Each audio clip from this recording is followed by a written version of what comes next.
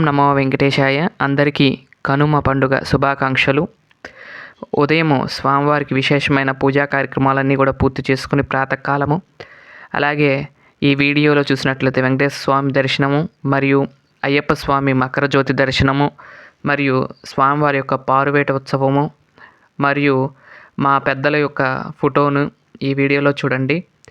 మేము ఈరోజు విశేషంగా జరుపుకోవడం జరిగింది. ముందుగా అయితే ప్రాతకాలం స్వామివారికి విశేషమైన ఆరాధనా కార్యక్రమాలన్నీ కూడా పూర్తి చేసుకుని ఈ విధంగా అర్చనా కార్యక్రమాలన్నీ చేసుకుని మీకు చూపిస్తున్నాను. చూసినట్లయితే పుష్పాలన్నీ కూడా స్వామివారి యొక్క పాదాల దగ్గర ఉంచి ఇలా అలంకరించడం జరిగిందండి. ఈరోజు విశేషంగా కనుమ పండుగ సందర్భంగా ఈ విధంగా అయితే నిత్యము పూజ చేసుకుంటాం కదండి. విశేషంగా పుష్పార్చనలాగా చేసుకున్నాము ఈ కనుమ పండుగ రోజు. అలాగే స్వామివారిని కూడా దర్శనం చేసుకొని ముందు లైట్ తీసేసి అయితే చూపించాను. ఇప్పుడు లైట్ వేసి స్వామివారి దర్శనాన్ని అయితే చేసుకోండి. ఈ విధంగా జరిగింది. అలాగే మేము శబరిమలలో జ్యోతి ఎలా అయితే పెడతారో అదే విధంగా మేము కూడా పెట్టుకుంటూ ఉంటాము జ్యోతి దర్శనం అని. నేను ఇది కేరళలో వెళ్ళినప్పుడు చూశాను. వాళ్ళ ఇళ్ళ ముందు చక్కగా దీపాలను వెలిగిస్తారు. ఆ స్వామి ఆ జ్యోతి రూపంలో మా ఇంటి ముందు ఉండాలి, మా ఇంట్లో ఉండాలి అన్నట్లుగా, ఆ జ్యోతి రూపంలో మా ఇంటికి రావాలన్నట్లుగా వాళ్ళు వెలిగిస్తూ ఉంటారంట. అంటే కేరళ వైపు వెళ్ళినప్పుడు నేను చూశాను. అప్పటి నుండి కూడా నేను ప్రతి సంవత్సరం కూడా సంక్రాంతి రోజు, మకర సంక్రాంతి రోజు విశేషంగా ఈ విధంగా జ్యోతిని అయితే వెలిగిస్తాను. ఆ జ్యోతిని అయ్యప్ప స్వామిగా భావించి మా ఇంట్లోకి రమ్మని ఆవాహన చేస్తున్నాను. ఈ విధంగా ముందుగా అయితే అక్కడ దీపం వెలిగించి తర్వాత దీపధూప నైవేద్యాలన్నీ కూడా సమర్పించి ఆ జ్యోతినే స్వామివారిగా భావించి ఇక్కడ మకర జ్యోతిని అయితే వెలిగించడం జరిగింది. ఆ మకర జ్యోతికి ఇప్పుడు ధూపము, దీపము, నైవేద్యము అన్నీ కూడా సమర్పించి దివ్యమంగళ నీరాజనాలు ఇస్తాను చూడండి.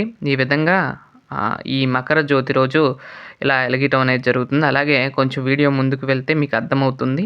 అలాగే శబరిమలలో అయ్యప్ప స్వామి జ్యోతి దర్శనాన్ని కూడా ఈ వీడియోలో చూడండి. ఆ తర్వాత స్వామివారికి ఈరోజు ఉదయము ఇవన్నీ కూడా ఫస్ట్ జరిగిందేమో ఉదయం జరిగింది. ఈ మకర జ్యోతి నిన్న సాయంత్రం జరిగింది. అలాగే ఇప్పుడు స్వామివారి యొక్క పారువేట ఉత్సవం కూడా ఉంటుంది, వీక్షించండి. అంటే కొంచెం ముందుగా వెళ్తే మీకు ఉంటుంది. మామూలుగా దీపం ఎలా పెడతాను ఏంటి అనేది ఇంటి ముందు ఈ విధంగా అన్ని లైట్లన్నీ కట్టేసి ఈ విధంగా అయితే పెడుతూ ఉంటాం దీపము. ఆ జ్యోతుల్ని స్వామివారిగా భావించి మేము పూజ చేసుకుంటూ ఉంటాము. ఆ తర్వాత చూసినట్లయితే శబరిమలలో ఈ విధంగా కిక్కిరిస్తున్నారండి భక్తులు. చిన్న బిట్ అయితే యాడ్ చేశాను. ముందుగా అయితే స్వామివారికి ఆభరణాలన్నీ కూడా అలంకరించి ఇలా ఓపెన్ చేస్తారు. స్వామియే శరణమయ్యప్ప చూడండి, జ్యోతి దర్శనాన్ని చేసుకోండి. అలాగే శ్రీ వెంకటేశ్వర స్వామివారి దర్శనం. ఇప్పుడు పారువేట ఉత్సవంలో స్వామివారి దర్శనం.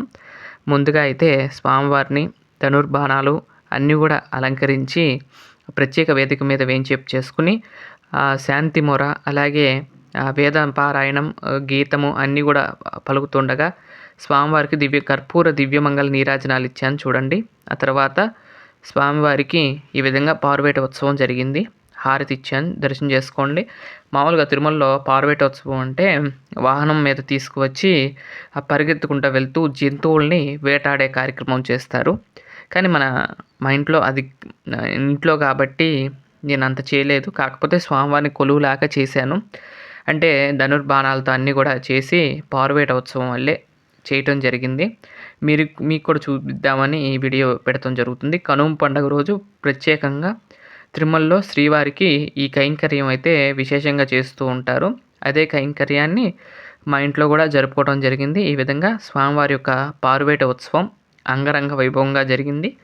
ఆ తర్వాత ఈరోజు ఉదయమే జరిగిన మా ఇంటి యొక్క పెద్దలు ఉంటారు కదండి, వారికి అయితే పెట్టుకోవడం జరుగుతుంది. వారికి ఏమేమి పెట్టుకున్నాం ఏంటి అనేది ముందు వచ్చే వీడియోలో చూడండి.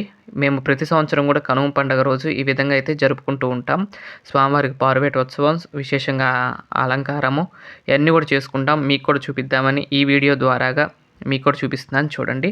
ఆ తర్వాత వేదమారాయణం, గానము ఇవన్నీ కూడా జరుగుతూ ఉండగా అవన్నీ కూడా పూర్తయిన తర్వాత స్వామివారికి ఈ విధంగా అంటే మీకు దగ్గరగా చూపిస్తున్నాను. స్వామివారికి ఎలా ఆభరణాలు అలంకరించాను ఏంటి అనేది అన్నీ కూడా మీకు చూపిద్దామని కొంచెం దగ్గరగా అయితే తీస్తున్నాను. ఆ తర్వాత స్వామివారికి అరిసెలను అయితే నివేదనగా పెడుతూ ఉంటాం. ఈరోజు విశేషంగా సంక్రాంతి పండగ రోజు మేము అరిసెలు చేసుకుంటాం కదండి.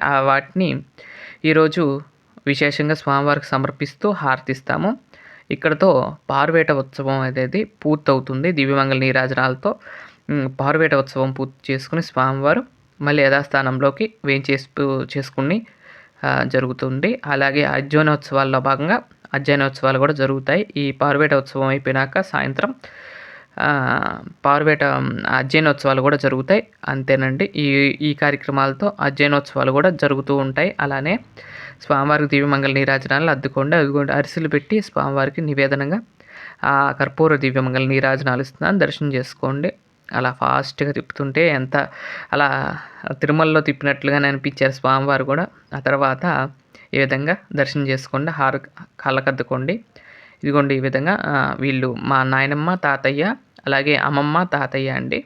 వారికైతే ఈ విధంగా అలంకరించి బట్టలు అయితే పెట్టుకోవడం జరిగిందండి. ఈరోజు విశేషంగా కనుమ పండగ రోజు ప్రతి సంవత్సరం కూడా పెద్దలను గుర్తు చేసుకునే విధంగా ఈ విధంగా చేసుకుంటాము. ధూపము అలాగే పువ్వులు వేసి ఇలా చేసుకుంటాం ప్రతి సంవత్సరం కూడా. మీకు ఒక చిన్న బిట్గా యాడ్ చేశాను. మేము ఇలా అయితే చేసుకుంటాము ప్రతి సంవత్సరం. వాళ్ళని తలుచుకుంటూ సంవత్సరంలో ఒకసారి ఇలా తలుచుకుంటూ వారికి ఇలా అయితే చేసుకుంటూ ఉంటాం. నా వీడియోలు కనుక మీకు నచ్చినట్లయితే లైక్ చేయండి, షేర్ చేయండి, సబ్స్క్రైబ్ చేయండి. మరొక మంచి వీడియోతో రేపటి వీడియోలో కలుస్తాను. అంతవరకు సెలవు. నమస్కారం. ఓం నమో వెంకటేశాయ. సర్వే జనా సుఖినో భవంతు. లోకా సమస్త సుఖినో భవంతు. ఓం శాంతి. అందరికీ మరొక్కసారి కనుమ పండుగ శుభాకాంక్షలు. ఆ దేవదేవుడైన వెంకటేశ్వర స్వామివారి ఆశీస్సులు మీ అందరి మీద ఉండాలని కోరుకుంటున్నాను. ఓం నమో వెంకటేశాయ.